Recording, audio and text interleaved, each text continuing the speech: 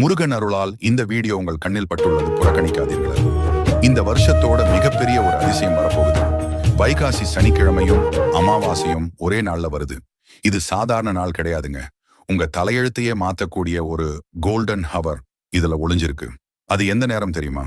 அதை தெரிஞ்சிக்க வீடியோவை லாஸ்ட் வரை பார்த்து வெற்றிவேல் முருகனுக்கு ஆரோகரா என்று கமெண்ட் செய்து சேனலை சப்ஸ்கிரைப் லைக் பங்கோங்க.